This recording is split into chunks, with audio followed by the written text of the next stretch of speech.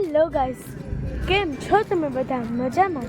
તો આજે આપણે પહોંચી ગયા છીએ વિદેશથી પધારેલ આપણા ભારતીય નવા મહેમાનને નિહાળવા માટે, એટલે કે વિદેશી પક્ષીઓને. તમે મારી પાછળ તથા અહીં જોઈ શકો કે અહીં ઘણા બધા વિદેશીઓ પક્ષી તળાવમાં વિચરણ કરી રહ્યા છે. તો આજે આપણે ખાસ કરીને એ પક્ષીઓને નિહાળવા માટે અહીંયા આવ્યા છીએ. તમે વિડીયોમાં એન્ડ સુધી જરૂર બન્યા રહેજો. તો ચાલો આપણે હવે બહુ જ નજીકથી નિહાળીએ નવા વિદેશી મહેમાનોને.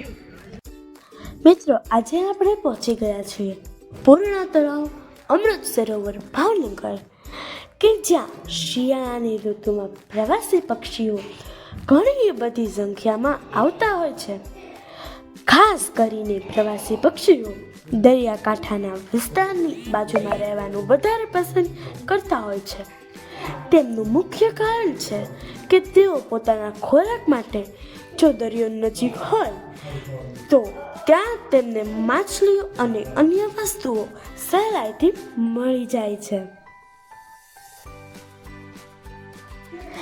મિત્રો, દર વર્ષની સરખામણીમાં આ વર્ષે ખૂબ જ ઓછા પક્ષીઓ પ્રવાસી પક્ષી તરીકે આવ્યા છે.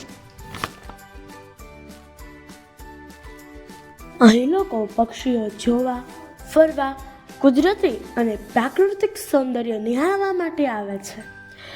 અહીં તળાવમાં રહેલા પક્ષીઓ માટે વિવિધ પ્રકારના ખોરાક લઈ આવે છે અને પક્ષીઓને ખવડાવે છે અને આનંદ માણે છે.